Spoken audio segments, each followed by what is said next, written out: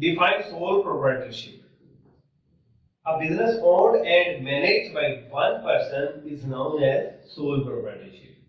यानी एक ऐसा बिजनेस जो सिर्फ एक अकेला आदमी रन कर रहा हो उसे हम सोल प्रोप्राइटरशिप कहते हैं, और उसकी सारी जिम्मेदारी मालिक की होती है। यानी अगर नफा हो जाए तब भी मालिक का है, अगर नुकसान हो जाए तो सारा उसी मालिक का है, एक ही बंदे का है, उसे हम सोल प्रोप्राइटरशिप कहते हैं।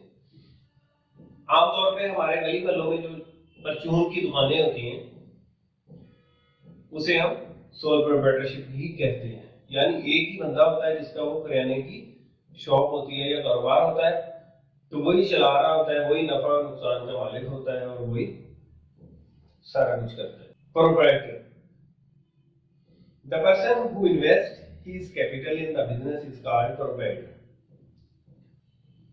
He is responsible for profit or loss of the business. He is the owner of the business. Proprietor.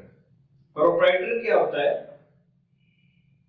इस proprietorship को जो proprietor चलाता है, एक बिजनेस को एक ही बंदा जब चलाता है उस बंदे को हम proprietor कहते हैं। यानी एक ही बंदा एक कारोबार को सारा मैनेज कर रहा है, यानी एक परचून की दुकान को जो बंदा मैनेज कर रहा है उसे हम प्रोप्राइटर कहते हैं।